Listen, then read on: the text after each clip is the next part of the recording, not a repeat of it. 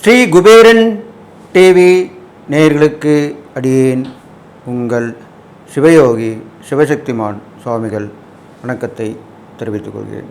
இந்த பதிவில் 12 ராசிகளுக்குண்டான மார்கழி மாத ராசி பலன்கள். இந்த மார்கழி மாதம் வருகின்ற 16/12/2024 முதல் 13/1/2025 வரை இந்த மார்கழி மாத பலன்கள் நடைபெறும். அந்த வகையில் பார்க்கும் பொழுது மார்கழி மாதத்திலே நிறைய விரதங்கள் கடைபிடிக்கப்படுகிறது. அது இல்லாமல் குளிர்காலமும் துவங்கப்படுகிறது. இந்த வகையிலே எல்லோரும் ஆன்மீகத்திலே நாட்டமாக இருப்பார்கள். விரதம் இருந்து அவரவர்கள் இஷ்ட தெய்வம் குலதெய்வம் இவ்வாறு சென்று வருவார்கள். அதனால் இந்த மார்கழி மாதத்திலே சுபகாரியங்களை தள்ளி வைத்தார்கள் பெரியோர்கள், நம்ம வாழ்ந்துவிட்டு சென்ற முன்னோர்கள். காரணம் இல்லாமல் எந்த காரியமும் இல்லை. அவர்கள் அனுபவப்பட்டு உணர்ந்துதான் இவ்வாறு செய்துவிட்டு சென்றிருக்கிறார்கள்.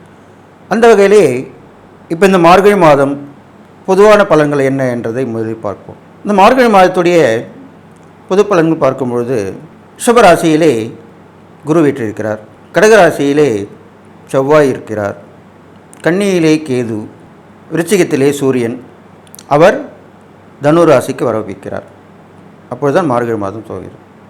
அப்பொழுது தனு ராசியிலே சூரியன், விருச்சிகத்திலே புதன் இருக்கிறார், மகரத்திலே சுக்கிரன், கும்பத்திலே சனி, மீனத்திலே ராகு. இவ்வாறு தான் இந்த நவகிரகங்கள் மார்கழி மாதத்திலே ஆரம்பிக்கும் பொழுது இருக்கப்படுகிறது. இதை வைத்து பார்க்கும் பொழுது மார்கழி மாதம் முழுவதுமே நல்ல பலன்களாக தான் இருக்க போகுது. அவ்வப்போது மழை வெள்ளம் தொடர்ந்தாலும் பெரிய ஆபத்தாக இருக்க வேண்டிய அவசியம் இருக்காது. ஓரளவுக்கு வந்து செல்லும். இயற்கையின் சீற்றங்கள் ஓரளவுக்கு தான் இருக்க போகிறது. இருந்தாலும் மக்களிடையே எச்சரிக்கை தேவை. நீர்நிலைகள் அருகில் உள்ளவர்கள் வேறு இடத்திற்கு சென்று விட வேண்டும். மலை அடிவாரத்திலே உள்ளவர்கள், பள்ளத்தாக்குகளில் உள்ளவர்கள், இவர்கள் எவ்வாறு அங்கு இந்த இயற்கை சீற்றத்தில் இருக்க முடியாதோ முன்னெச்சரிக்கையாக வேறு இடம் சென்று விட வேண்டும். ஆபத்துகள் சேதங்கள் ஏற்பட்டு விளைவுகள் விபரீதமாக இருக்கும். இது இல்லாமல் மக்களிடையே பாகுபாடு இல்லாமல் இருக்கும். இந்த காலகட்டத்திலே ஒருவருக்கொருவர் விமர்சனம் செய்து கொள்வார்கள். அங்கங்கே போராட்டங்கள் வலுப்பெறும். மக்கள் போராட்டம் அதிகமாக இருக்கும். இந்த மாதத்திலே மக்கள் போராட்டம் அதிகமாக இருக்கும். ஆட்சியாளர்களுக்கும் எதிர்க்கட்சியாளர்களுக்கும் அடிக்கடி போராட்டங்கள் சச்சரவுகள் தொடர்ந்தபடியே இருக்கும். ஒருவருக்கு ஒருவர் விமர்சனம் செய்து கொள்வார்கள். வீடாக இருந்தாலும் சரி, நாடாக இருந்தாலும் சரி, இது கண்டிப்பாக நடந்தேறும். அது இல்லாமல் திடீரென நிலச்சரிவுகள் ஏற்படும், பூகம்பமும் ஏற்படுவதற்கு வாய்ப்புகள் இருக்கிறது. இவற்றையெல்லாம் கருத்தில் கொண்டு மக்கள் அனைவரும் முன்னெச்சரிக்கையாக இருக்கும்படி கேட்டுக்கொள்ளப்படுகிறது. எனவே இந்த மார்கழி மாதத்திலே எல்லோரும் அவரவர்கள் மதம் இனம் மொழி சார்ந்த தெய்வங்களை வணங்கி, அவர் விருப்பத்திற்கேற்ற தெய்வங்களை வணங்கி, அப்படி அல்லாதவர்கள் இயற்கை கடவுள்களாக நினைத்து அவற்றை வழிபட்டு வந்தாலே போதுமானது. நிறைய பக்தி மார்க்கத்தில் சென்றால் இந்த மாதத்தினுடைய கெடுபலன் கூர்ந்து நற்பலன் தான் ஏற்பட போகிறது என்று சொல்லி இப்பொழுது 12 ராசிக்குள்ளான பலன்களை பார்க்கலாம். ரிஷபராசினியர்களே, உங்களுக்கு இந்த மார்கழி மாத பலன்களை பார்க்கும் பொழுது நீண்ட நாள் பிரச்சனை ஒன்று உங்களுக்கு முடிவுக்கு வரப்போகிறது. இதுவரையில் முடியாமல் இருந்த வேலைகள் எல்லாம் இனி வரும் காலையிலே சுறுசுறுப்பாக செய்து முடிப்பீர்கள். கணவன் மனைவி உறவு பலப்படும். குடும்பத்தில் அந்யோன்யம் ஏற்படும். குழந்தைகள் நலனில் அக்கறை காட்டுவது நல்லது. உங்கள் ராசியாதிபதி சுக்கிரன்.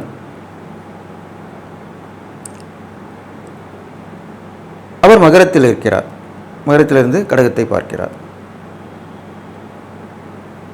செவ்வாயை பார்க்கிறார். எனவே மண்மனை சம்பந்தப்பட்ட விஷயங்களிலே சற்றே கவனம் செலுத்துவது நல்லது. வீடு மனை வாங்குபவர்கள் அதற்குண்டான டாக்குமெண்ட்லாம் சரி பண்ணி பார்த்து செக் பண்ணி வாங்கணும். அதுதான் அந்த கவனம். கண்ணை மூடிக்கொண்டு வாங்கக்கூடாது. அது இல்லாமல் யாருக்கும் ஜாமீன் கையெழுத்தும் போடக்கூடாது. இவ்வாறாக இருந்து வர வேண்டும். உங்களுடைய சொந்த முயற்சியாக இருக்க வேண்டும். யார் சொல்லியும் நீங்கள் கேட்கக்கூடாது இப்போ உள்ள காலகட்டத்தில். அப்படி இருந்தீங்கன்னா உங்களுக்கு பிரச்சனை சால்வ் நல்லபடியாக ஆகிடும்.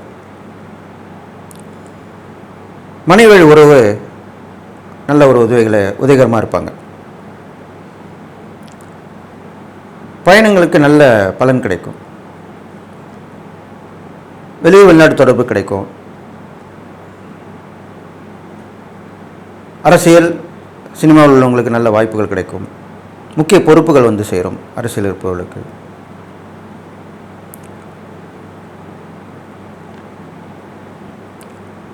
வாய்ப்புகள் வந்த வண்ணமே இருக்கும். அதை பயன்படுத்திக் கொள்ள வேண்டும். எது நல்லது கெட்டது என்று பார்த்து அதை பயன்படுத்திக் கொள்ள வேண்டும்.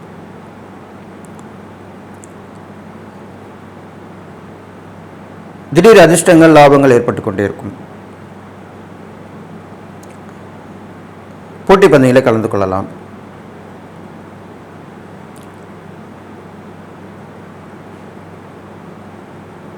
நீண்ட நாள் வரக்கூடிய தடைப்பட்டு கொண்டிருந்த பண உறவு வந்து சேரும். பெரியவருடைய ஆசீர்வாதம் கிடைக்கும். சுற்றுலா செல்வதற்குண்டான வாய்ப்புகள் உருவாகும். இருந்தாலும் பயணங்கள் போது கவனம் தேவை. இது இல்லாமல் உறவினர்கள் வருகையால் சில நன்மையும் நடக்கும், தீமையும் நடக்கும்.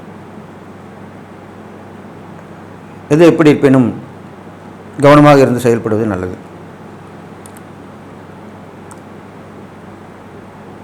அதன் பிறகு பார்த்தீங்களானால் தாயாருடைய உடல்நலத்தில் கவனம் செலுத்த வேண்டும்.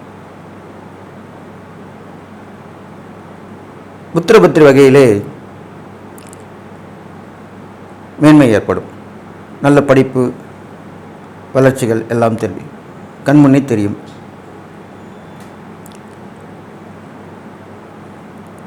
உங்களுக்கு உத்தியோக வகையிலே சில நெருக்கடிகள் ஏற்படும்.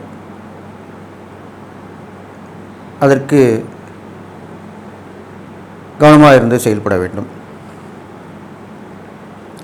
அதன் பிறகு பார்த்தீர்களானால் கொடுத்த வாக்குறுதியை காப்பாற்றுவதற்காக போராட வேண்டியிருக்கும். ஆனால் சுபகாரிய முயற்சி பலிதமாகும். திருமணத்திற்கு ஆனாலும் பெண்ணாக இருந்தாலும் அதுக்குண்டான முயற்சியில் இறங்கினால் கண்டிப்பாக வெற்றி பெறுவீர்கள். புத்திர பாக்கியம் ஏற்படும்.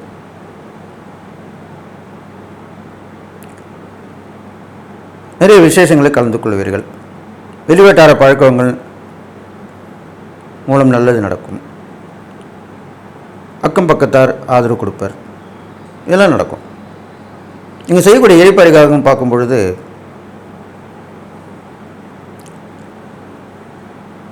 உங்கள் ராசியாதிபதி சுக்கரனாக இருக்கப்படியால் பெரும்பாலும் அம்மன் வழிபாடு, லக்ஷ்மி தாயார் அப்படி சொல்லக்கூடிய வழிபாடு செய்யலாம். வெள்ளிக்கிழமையிலே விளக்கேற்றி வழிபட வேண்டும். சுமங்கலைக்கு தான தர்மம் செய்ய வேண்டும். ஏழை எளியோர்களுக்கு உதவிகள் பண்ண வேண்டும். இது இல்லாமல் திருமணத்திற்காக செய்ய முடியாமல் தவித்துக் கொண்டிருக்கும் ஏழை பெண்களுக்கு உதவி செய்தால் மிகவும் நல்லது. இதெல்லாம் பண்ணிட்டு வரலாம். நீங்கள்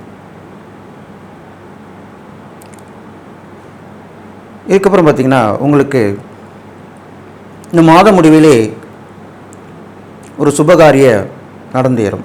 சுபகாரியம் நடக்கும். அதுக்குண்டான வாய்ப்புகள் உண்டு. பெரிய மனிதர்களுடைய தொடர்பு கிடைக்கும்.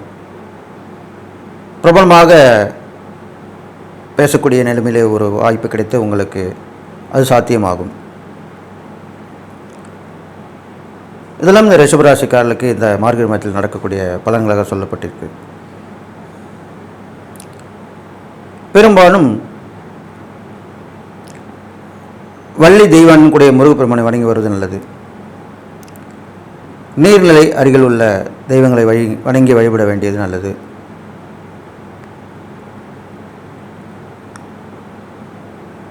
அது இல்லாமல்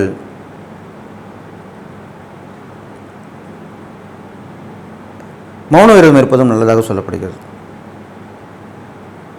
ஒரு நாள் செய்தால் போதும். அவ்வாறு இருந்திட உங்களுடைய தடைகள் தாமதம்லாம் விலகி நல்ல விஷயங்கள் நடக்க போகுது.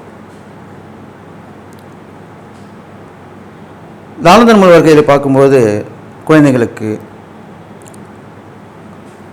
அன்னதானம் செய்யலாம், துணிமணிகள் வாங்கி கொடுக்கலாம். இதில்லாமல் வீடு இல்லாமல், உண்ண உணவில்லாமல், உடுக்க உடையில்லாமல் தவிப்பவர்களுக்கு உதவி செய்தால் பெரும் புண்ணியம் உங்களை வந்து சேரும். இப்போ அடிக்கடி இந்த மாதிரி இயற்கை சீற்றங்கள் வருது. அப்போ அதில் பாதிக்கப்பட்டவங்களும் போய் கொடுக்கலாம், தப்பு கிடையாது. அரசாங்கம் தான் பார்த்துக்கணும்னு கூட தன்னார்வ தொண்டுகள் பண்ணுறாங்க, ட்ரஸ்ட்டு வச்சுருக்கவங்க பண்ணுறாங்க. உங்களுடைய பங்கு அதில் இருக்கணும். இதுமாதிரி பண்ணிட்டு வந்தீங்கன்னா கண்டிப்பாக நல்லது நடக்கும் அப்படின்னு சொல்லி இந்த ரிஷபராசிக்காரங்களுக்கு எல்லா வகையிலுமே போராடி வெற்றி பெறக்கூடிய அமைப்பாக இருக்க போகுது. சுமூகமாக தான் இருக்கும். தெய்வ வழிபாடு ஆற்றலை தந்து உங்களுக்கு அளப்பரிய சாதனைகள் செய்யக்கூடிய அமைப்பாக விளங்கப் போகிறது. நான் சொன்ன இந்த இறை பரிகாரங்கள் தான் செய்து வந்தால் உங்களுக்கு வெற்றி மேல் வெற்றி கிடைக்கும். ஸ்ரீ குபேரன் டிவியை பார்த்தமைக்கு நன்றிகள். மேலும் இது போன்ற தகவல்களை தெரிந்து கொள்ள ஸ்ரீ குபேரன் டிவியை சப்ஸ்கிரைப் செய்யுங்கள். மறக்காமல் பெல் ஐக்கானை கிளிக் செய்யுங்கள்.